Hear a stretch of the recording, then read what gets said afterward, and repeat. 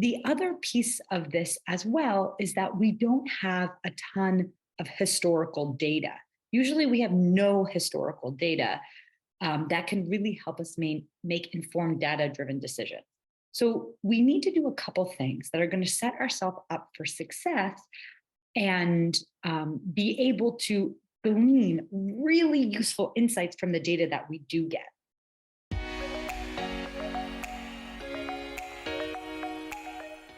Hello, and welcome to this week's episode of the Marketing for Startups podcast. I have a question for you. Do you understand the difference between traditional marketing and startup marketing?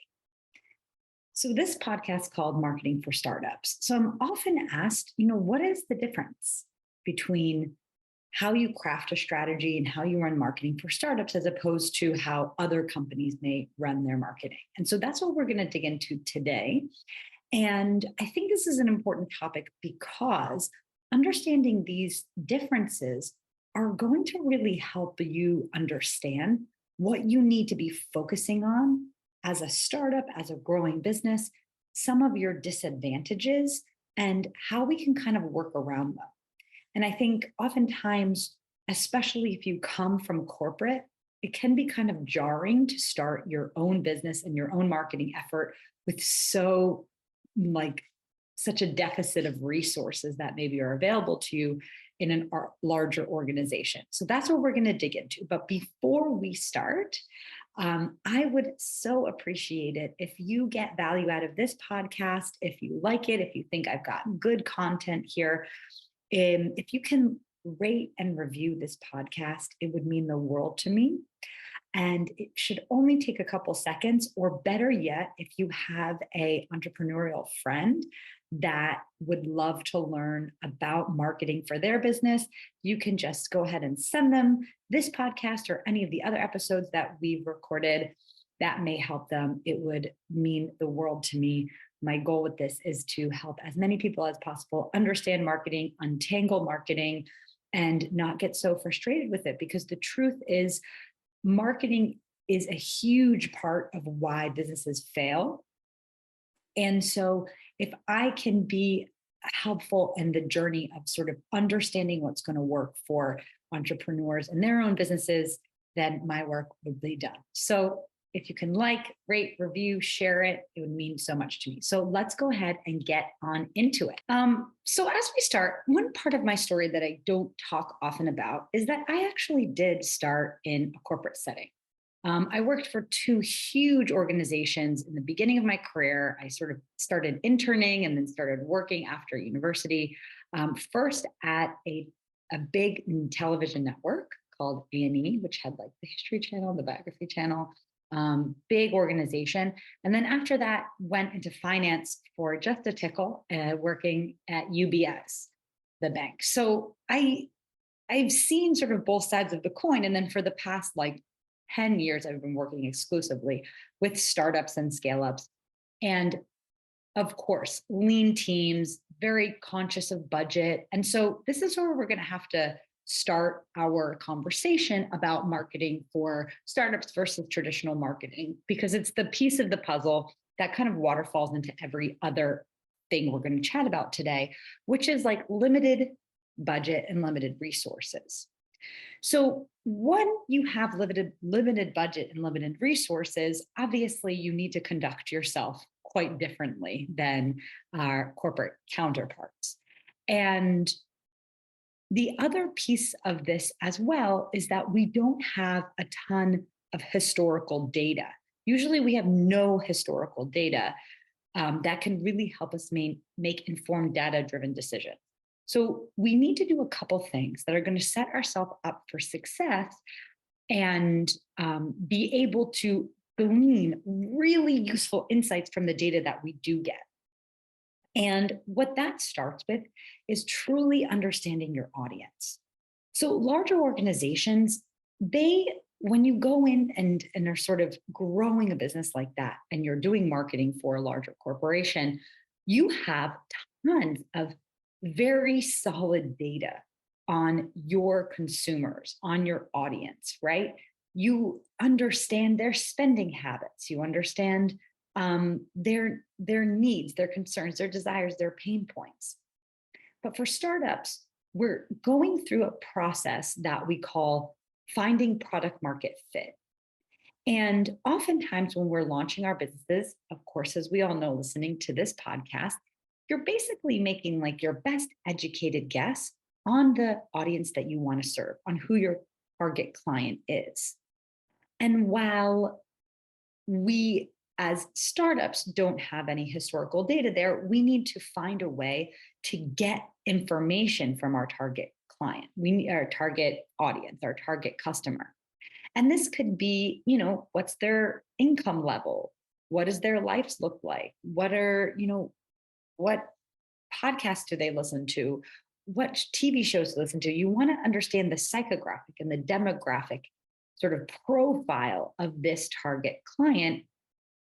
And since we don't have tons of data, that means that we need to be going and actually having conversations, interviews, running surveys with this prospective client.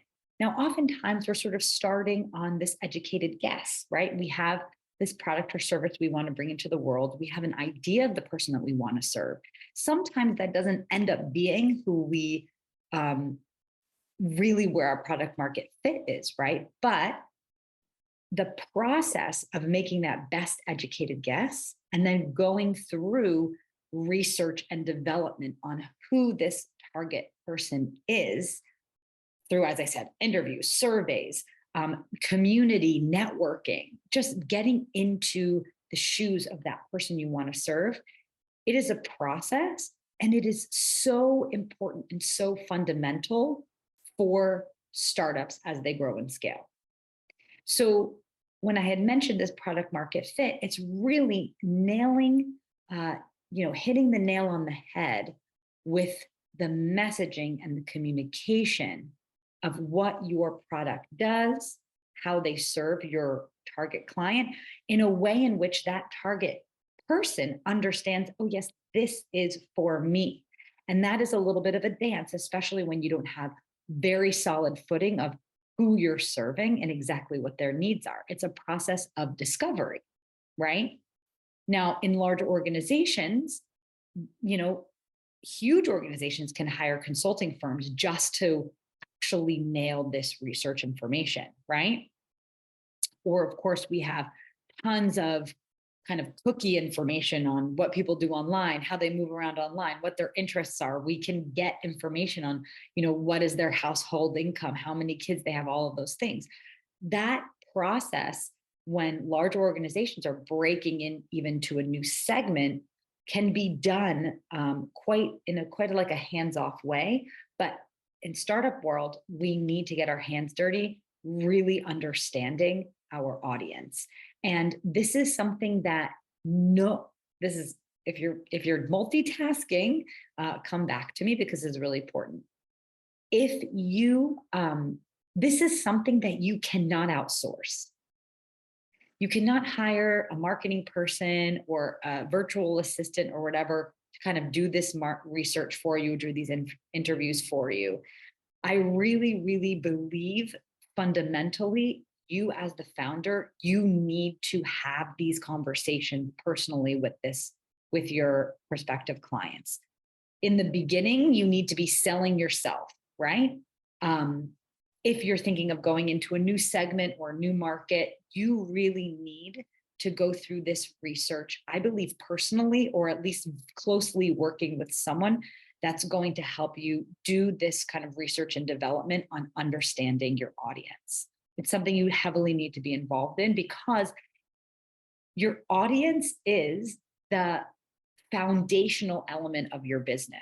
You need to be incredibly clear on who you serve and how you serve them, or else every other piece of the puzzle is going to be that much more difficult for sales, for marketing, and for customer service. So knowing your audience, it's super important. This is kind of the first fundamental difference between the startup and the traditional marketing. The second piece is understanding kind of your marketing channels that you should be focusing on and what marketing strategies to go after. So I just had this conversation with a founder this morning on LinkedIn was telling me a little bit about her business. She's a listener of the podcast. And she was telling me that she's having a little bit of trouble with her product, and she's running ads. And I advised her and I said, hey, listen, if you're having complaints about your product or problems with your product and you're just starting out, I really do not recommend running ads. And so the rule of thumb with startup marketing is that it really is never a very good idea to start a growth strategy with ads before you really have this true sales process nailed down, that you have your systems in place, you have your product market fit 100%, that you have this repeatable sales system that you just need to supercharge. If you're still in this phase of, I'm tweaking my product, I'm really figuring out the messaging that's going to land, do not spend ad money figuring that out, right? Normally with startup marketing, we're focusing on more organic options for growth. So this could look like SEO plays, like really making sure that your website is reflecting the benefits of your product, but speaking directly to that prospect, that you're communicating clearly. Blogs, for example, like making sure that you're putting content out in the world in the form of blogs that are going to be actually answering your prospects' questions and bringing them through kind of the sales journey into your world, sort of educating them and showing them how your product or service is the perfect match for what their needs are. SEO is a beautiful process for startups to really invest in as a growth strategy, because it takes quite a bit of research, right? And in that research of understanding keywords surrounding your product or service, it's actually strengthening all of this foundational pieces of marketing that you need, which is really understanding what copy is going to click with your audience, really what kind of topics and questions are going to resonate with your audience. And going through that process helps you overall in your marketing strategy and your sales strategies, right? And it's essentially free. This is something that you or one of your team members can really dive into understanding. There's kind of a low barrier for entry for kind of getting pretty good at SEO and blogging. It just takes a little bit of time investment to learn. And you don't want to be understanding really like what keywords work for you and what sort of types of hooks bring people in when you're spending ads. When you're spending money on ads. Ads should be sort of the end of that process when you have some very clear evidence of, what topics, what hooks, what copy is really going to resonate with your audience, right? So SEO, I love. The only problem with SEO is that it really is a long-term play, because it usually does take anywhere from 3 to 6 or even 9 months to really start seeing production from the SEO, meaning that you're churning out your blog content and making sure that your website is up to par, having Google index it, really Google understanding what audience to send to you, audience start actually converting into leads. It does take time. So a much quicker strategy that startups should always be focusing on are partnerships, like leveraging other people's audiences. Because again, this could also essentially be free. It's just kind of the time you invest in networking, developing those relationships. So I love a partnership play because in leveraging other people's audiences through partnerships, you're engaging in mutually beneficial relationships with other influencers or organizations that you guys have the same exact audience, right? This is kind of the criteria for partnerships, that you kind of partner with organizations or whatever that have complementary services or products, but that you're not direct competitors, but you have the same target client, target audience. And in doing that, kind of running these strategies with partnerships, you're going to learn so much about your target audience, what works and what doesn't work. So I really suggest sort of pouring your time into really nailing down some great partnerships and growing your lead, your email list, growing your leads through these partnerships. Because another benefit of partnerships, or even doing something with influencers, or even through organic social, things like that, you're sort of leveraging an audience that is trusted, right? So for example, if you're going to find some leads through a partner, right? So you're doing kind of audience exchange, that audience for that partner, they already have a degree of like, know, and trust with that potential partner that you're working with, right?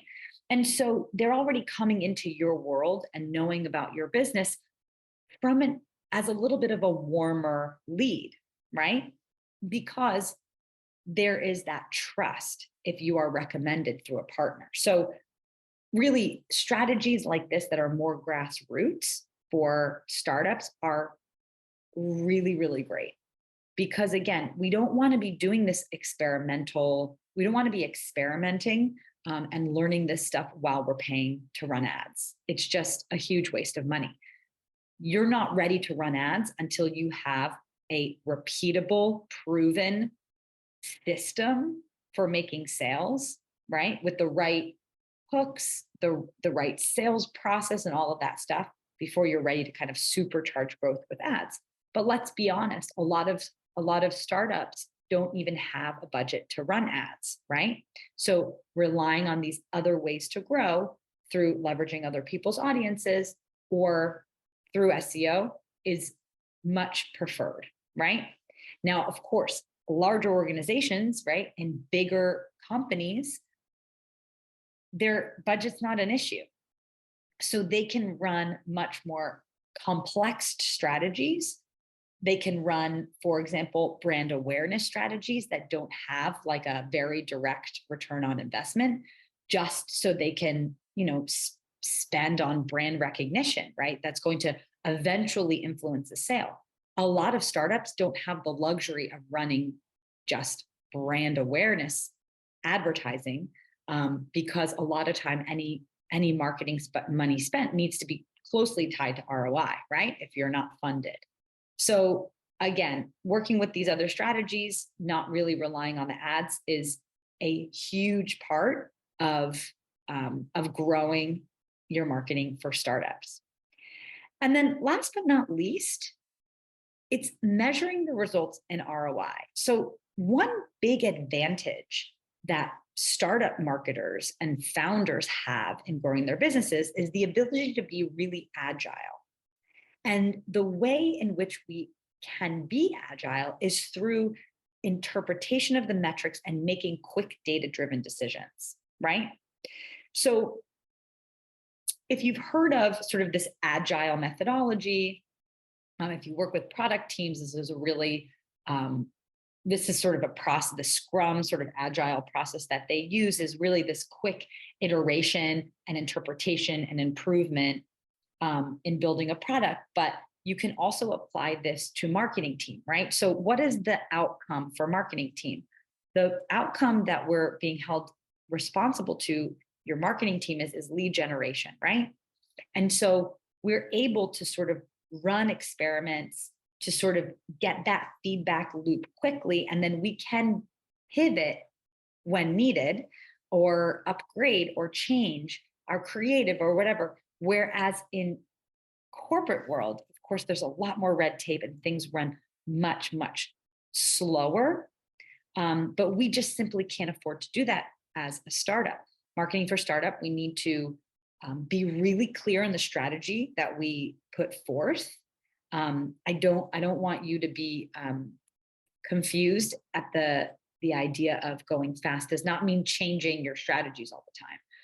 We need to stay clear and focused on our overarching marketing strategy, but we need to be really super agile in changing our approach. So I'll give you an example. If we are running virtual events with partners, right? We need to be very selective in the partners that we choose, right? And so if we see that certain partnerships are not yielding return, then we can quickly change our approach or get out of future partnerships that we don't believe are going to yield us the highest return. We can actually make some pivot. Or if we decide that we want to change the way that we're running these virtual events, in this example, we can quickly do that because we don't need to go through a ton of red tape, right? If we find that, certain promotions or certain communication styles are just not working effectively, then we can quickly implement something different or something more creative. And sort of going through that process is extremely important for gaining the traction in marketing and eventually sort of growing your revenue, growing your leads, right? That feedback loop of the data and the iteration and improvement is what needs to happen, but at a much quicker pace than we see at corporate level, right? And then one also advantage, though, that we have as startups, as opposed to larger organizations, that is the ability to sort of aggregate and digest data. So there's so many resources nowadays that enable you to make like custom dashboards, so much software that gives us really rich reporting. And oftentimes with large sets of data and big organizations, it's actually quite cumbersome and difficult to aggregate and analyze huge sets of data. Oftentimes larger organizations are running on legacy softwares that don't move as fast as the market. And large consulting organizations need to be brought in just to sort of get valuable insights out of the volumes of data that large organizations have. And so as a startup, we have that advantage of really digesting our data, making those data-driven decisions, making changes when needed, and improving our whole operation quickly. So there are three areas, right? The audience, like the importance of understanding your audience, the marketing channels and strategies that we need to be going after, and also measuring our data and ROI is super duper important, making those quick decisions. These are the things that we need to be focusing on in startup world. And if you've come from corporate where you had a lot of resources, I hope this episode is sort of resonating with you, because again, we need to kind of bring it back to basics. We need to move forward with the understanding that we can't do it all, right? So we need to have very good control groups, right? So understanding the audience, not changing and trying to get all different audiences and all different segments. No, focus on one thing, right? As a control. So when we're working on our marketing channels and our marketing strategies, we also are being as controlled as we can, right? How can we run good experiments? And oftentimes that's doing less. That's just A/B testing one certain piece of creative or content for this channel, right? Or getting really good at just one channel, as opposed to larger organizations, which are trying to sort of dominate across all channels.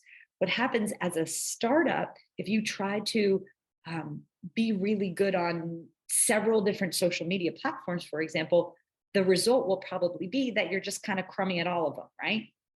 So we need to apply a level of focus, because with this focus, when we really focus in on what we're executing in startup world, and we're able to get really good data and metrics on what we're doing, then we can make those very informed, quick decisions, make those quick changes, so we can do that iteration and improvement much quicker. And that's really what's needed to scale, to grow, to get to the next level.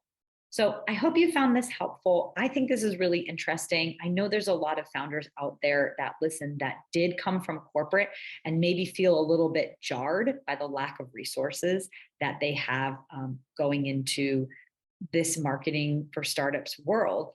And so I'll leave you with this last bit of advice. It sort of synthesizes what I had just said, but really, if you can kind of hone in on this idea, really doing less will help you go further. So do less to do more when you're thinking about marketing for your startup. think about what are the elements that you can really test and control, because the more controlled your tests can be, the better insights you'll glean from them. And don't be scared that it's going to take too long, because again, if you're doing this kind of testing out different things, iteration and improvement process, you are in the end going to go faster, even if it seems like a tedious process. In the end, you will go faster. And again, applying that intense focus on everything that you do and understanding that it's much better to focus on one channel or one strategy and keep tweaking it till you get it right, till you do really well in that particular marketing channel or with that particular strategy, rather than trying to just switch and try something new, switch and try something new, right? So always go back to that idea of iteration and improvement. Because again, with our corporate counterpart, perhaps we have several different teams working on several different strategies and channels at a time. But when you're one small team, you have to be very conscious of every extra thing that you do splits the time, focus, and attention, stretches your resources. So if you are going to split the time, attention, and resources, you want to make sure that that's going to be a guaranteed ROI. So that's it for this week. Thank you for tuning in, and I'll see you back here next week for the Marketing for Startups podcast.